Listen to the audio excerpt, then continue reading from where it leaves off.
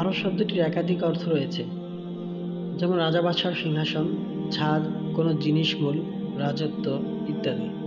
ইমাম বাইহাকী রহিমাহুল্লাহ বলেন, আরশ হচ্ছে আকৃতি বিশিষ্ট সিংহাসন, তা সৃষ্ট বস্তু। আল্লাহ তাআলা ফেরেশতাদের তা বহন করার আদেশ দিয়েছেন। তিনি আরও আদেশ দিয়েছেন তাকে সম্মান জানানো এবং তা তাওয়াফ করার মাধ্যমে ইবাদত করা।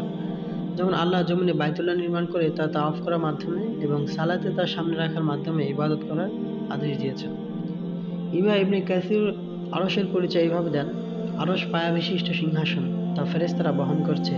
বিশ্বজগতের উপর তা গম্বুজের মতো, তা মাখলুকাতের ছাদ। আরশের ব্যাপারে সালাফদের আকীদা হচ্ছে, তা একটি সিংহাসন, তার পায়া আছে, তা মাখলুক বা সৃষ্ট বস্তু। আল্লাহ তাআলা ফেরেশতাদের তা বহনের এবং তার সম্মান করার মাধ্যমে ইবাদত করার আদেশ দিয়েছেন। তা সৃষ্টি জগতের সর্বাপেক্ষা ঊর্ধ্বে রয়েছে, তা সবচেয়ে বড় সৃষ্টি এবং সৃষ্টি জগতের ছাদ। বিশ্বজগতের উপর তা গম্বুজের মতো, তার নিচের সৃষ্টি জগৎ তার তুলনায় এতটাই ক্ষুদ্র, যেমন বিশাল মরুভূমিতে পড়ে থাকা একটি আংটা। আহলুস সুন্নাহ ওয়াল জামায়াহ এই ব্যাপারে একমত যে আরশ একটি সৃষ্টি বস্তু।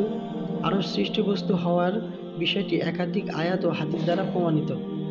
আসমান ও জমিনের পূর্বে আরশ সৃষ্টি করার ব্যাপারে আহলুস সুন্নাহ ওয়াল জামায়াত একমত। তবে তা সর্বপ্রথম সৃষ্টি কিনা তা নিয়ে একাধিক মত রয়েছে। প্রথম মত, সর্বপ্রথম সৃষ্টি হলো কলম। আরশ এর পূর্বে আল্লাহ তাআলা কলম সৃষ্টি করেন। এটি ইবনে জারির তাবারি ও ইবনুল জাওজির মত। বোঝা যায় এটি ইবনে আবু আরুবা হাররানি ও আবু কাসিম তাবরানীয় মত। এই মতের পক্ষে দলিল হচ্ছে রাসূলুল্লাহ সাল্লাল্লাহু আলাইহি ওয়াসাল্লাম বলেছেন, আল্লাহ সর্বপ্রথম যা সৃষ্টি করেন তা হলো কলম। তিনি কলমকে বলেন লেখো।